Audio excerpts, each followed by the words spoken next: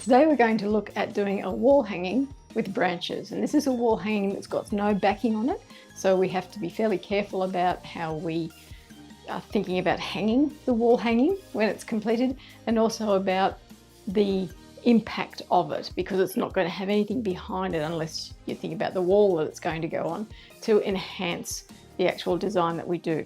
So what we'll need today is some string to hang the wall hanging, scissors, secateurs, glue gun, and because I'm using the glue gun, I'm going to use Floral Art fingers. So first of all, obviously, you need to choose a branch. Now I've been out already and I've looked at a branch, and let me show you first of all. So this is the branch, it spreads out a long way. So that would be obviously the way that it grows. Not necessarily the best way to show it off. The next trial we would give is to hang it upside down and see if that enhances it any better, but it's still really focusing on this area here. So unless you had a very particular design that you wanted to put here and have it hanging through, it's not showing off the branch to its best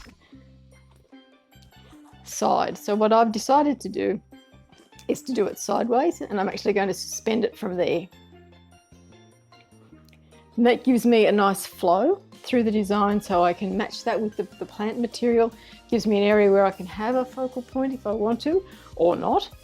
And it just adds interest. What I have done already with this is I've taken out done a bit of selective pruning, if you like, taken out all of the little branches that are a bit distracting. So ones like that, anything that is hanging towards the back that's going to rub on the wall. So it's got a fairly flat back to it now as it stands. It'll sit on the wall nicely, hanging from that hanging point there. And that hanging point, or this one here, also gives me a fair bit of strength and structural stability within the design. So in terms of the pruning, we look at it, what we want is to have your eye travel through the design. So where this branch is curling into the bottom branch, I've left that there because it still brings your eye down. There's a couple of others down in this bottom section here that are crisscrossed. So long as they're not obviously crossed lines that will make you rail against the circular movement of the design, I would leave them in. But always look for there to be space between the elements of the branch that you're using, so that space becomes part of the design. So you don't have to fill it up with other things. In fact, you could just hang it like that. Just as an aside note, we don't have a Christmas tree, we have a Christmas stick. And so we actually just use a branch that has had all of or a couple of branches that have had all of the peripheral smaller twigs removed, and we hang our decorations off that because we've got some very memorable keepsake decorations that we like to see each year. And so that enhances the decorations rather than the tree with all the busy stuff on it. It suits us well. I've also got a couple of interesting branches that have dried off the gum trees, and they've still got the nuts on them. And I've wanted to see whether they would actually work in the design, because what that will do, without even leaving that foliage on, will marry with the colours of the succulents that I want to use. So there's quite an obvious brown stem in the succulent, and I want that to be repeated as a colour throughout the design. Also gathered a lichen covered branch, and this would be a great one. You know, if you wanted to have the wall hanging, you had a tall narrow space and you wanted to have the wall hanging that way, or that way to show off the lichen a bit more, then you would have to take out that one because it's pushing too much backwards. But we'll see how that looks with our main piece and see whether we need it or whether it's just going to be too busy. Upside down.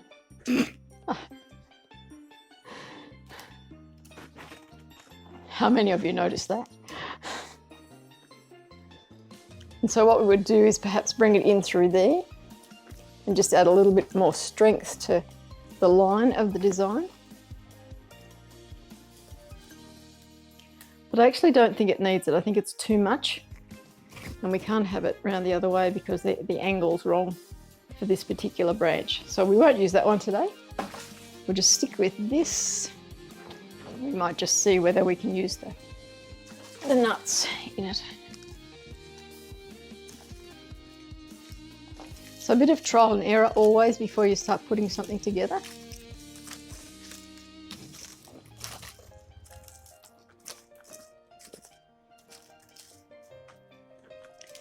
And what I probably should have done first is have the hanging point ready so that I could just hang it and work on it with both hands, but that hasn't happened.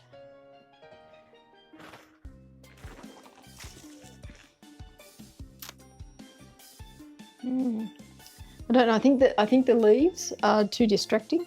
So what I might do is cut the branch about there, keep the gum nuts and see how that looks. So if we're talking about doing the trimming, so I'll take it there against that top one. So now we've got this one that's got no gum nuts on it. So we'll take it out. And this one here has got the branch extending past that one there, the same, and our two little end pieces here. What we might find with this one is that has to be taken out completely because it's distracting from the rest of the groupings. And this one's got nothing on it. So it can come out. So we're left with that nice bit of branch that can be utilised in some way. So we'll keep that aside, see if we can use that. We've got two types of succulents to use in the design. This one's off the money tree, many of you will recognise. What I went for was longer stems of it so that I can actually twist them through the design and it brings the colour through the branches. So we've got 3 of those to use. Again, I'm going very minimalist in this one. I don't want a whole lot of a distraction from the branch because it is about the wall hanging using the branch. A little bit shorter in the money tree just in case I need that. And then a couple of other ones that are a darker green than the money tree just to bring a bit of shading into the design. Because I'm using the glue gun, what I will be using today is my Floral Art fingers so I don't burn my fingers. There we go, ready. These are probably the best thing that I have found to use for floral art generally in the last 10 years because, like all of you, I do a bit of gluing, hot glue, cold glue. Doesn't stick. Neither of them stick to these. And with the hot glue, you really don't get the burns. You feel a little bit of heat, but no burns, and it peels straight off. And same with the cold glue, with the florist glue, which you all know sticks to you like glue and doesn't come off unless you use one of the various methods that people have, but you've still got to peel it off and it still takes forever and it picks up dirt and everything along the way. The cold glue just peels off these as well. They've got a little bit of a roughened surface on them and that helps when you're gripping, but in terms of gluing anything, they are just ideal. We might do the long ones first so I know that I've got them in place. What we want to do is just twist it through. We want to bring it to that major point there, which I will cover up with some other stuff.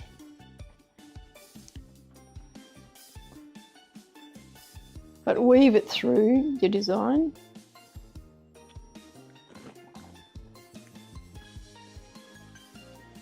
So I might have that one there. This is the longer one.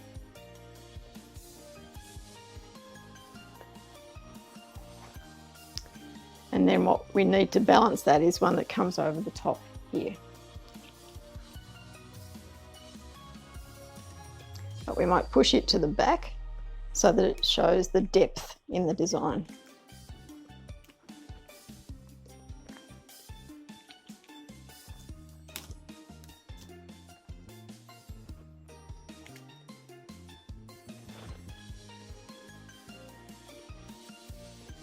And we've got that shorter piece of the money tree that we might just bring into that space there.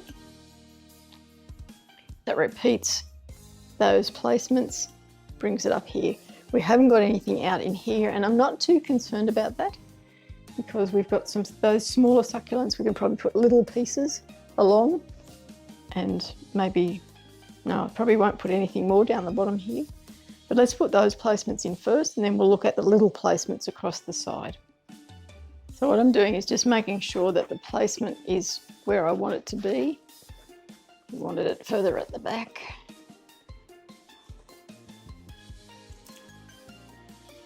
So that way. Yeah. And the beauty of that is that we've now got this piece that's growing against the rest of the flow, but we can anchor it in between those branches that are coming down from the top, so it marries the top and the bottom. There's actual join. Same with this piece that's coming across here. So that's the point that we want to glue it. We'll just get our hot glue. You could do this obviously with florist glue as well.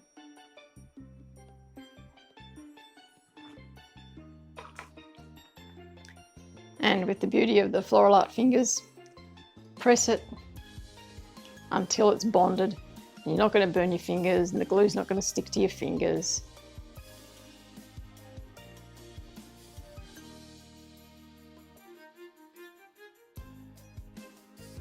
And it's in place. And what we could do is anchor it in another place further down, just to be sure. So I might do it just in that section there, in that fork there.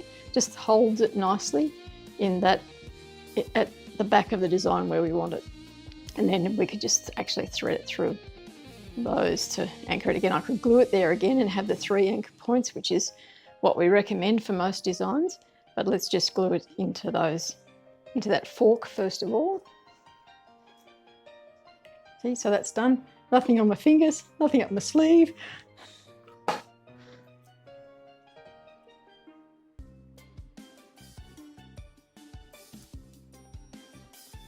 Now I use these Floral Art fingers just on those 3 fingers because they're the ones that I generally would use to anchor things into designs when I'm holding things for glue to dry. So once again, just pressing down on it until you know that it's taken. Now you might notice that the glue that's coming out of the glue gun is a red glitter glue. And that's because I was doing a bit of a demonstration of how the Floral Art fingers work, and that's the end of the glue that's left in there. But if this was a Christmas design, that would be fine. It's just going to add a little bit of bling to your design. So once again, we'll just thread this through so that it's part of the design. You might bring it up and under. So there's our first placement. I talked about these being anchored by the top branches, I'll fix once it's actually hanging, because I still want the movement around. And as you can see, we're joined by a spider. He's going away now. So generally very natural plate material that you're looking at today. So our second placement, we might make the longer one, which is the opposite side to this one. Talked about having it up there. I've got a very thick join there. I might cut that off so that it's a nice easy glue into that spot there. And I'll glue it there, and then I'll manipulate it through the design. I might bring it down and through that way, just so that it adds a little bit of interest. We're going to fill that space so it's not quite as stark as it looks now. And that will be the front piece, so you'll get the depth of the 3 pieces in different positions and at angles that are sympathetic to the rest of the design. So here we have the completed wall hanging. No backing, as we talked about earlier, just with branches and some succulents. What I have done, you'll see with the placements, apart from the ones that you saw me doing, these smaller ones, I've placed them so that they're facing the angle that the branch is moving. So some of them are down because that's the way the branch is going. And that just adds to the natural flow of the design rather than have them placed all pointing upright, which would look out of place, wouldn't enhance the design that you've worked so hard to put together. Also at the top here, I've put some of those gum nuts. I tried a few different placements and none of them really looked, it started to look too fussy. There was too much happening. And really I've got a contrast of textures in the bark on these branches here, the smoothness of the succulents and the rough texture of the gum nuts that are around. So I didn't need too many to have that contrast. If this was placed in a hallway where people were moving past, then I would have to do something about this particular branch. So that's why I haven't put anything on it yet, because I'm actually going to put it in place and see whether I need to remove that one completely. So removing it completely is not going to detract from the design. It'll actually make it a little bit lighter in this area down here. So think about where you're going to place something when you've actually done your design, because it's no use on the workbench having a perfect design and then needing to adjust it because it hits the wall or it looks like it's overbalanced even if it isn't, all those sorts of things. So think about where it's going. Hanging this in terms of keeping it natural and keeping it in the colour scheme, I've just used jute string. And so you can actually wind that around the branch a little bit and give it some extra support, and it blends in with the colour scheme that you've got. So here it is in its finished version. I'll just mention about this particular placement here too. Without that there, now I haven't glued it in so that I can actually show you the difference. So without it, it's a very big gap. It's a very big space and it tends to cut the design in half. So you've got the top half and the bottom half. So it needed something in there that brings those two sections together. So that's where I'll probably place it, like that. I could have brought it a bit further out, but it would still have left a gap here. So because we've got a fair bit of plant material in this area, that still blends in with all of the placements there. And these ones become a bit more dominant now because there's not such a big gap behind them. So as I said, there it is, our wall hanging with branches, no backing.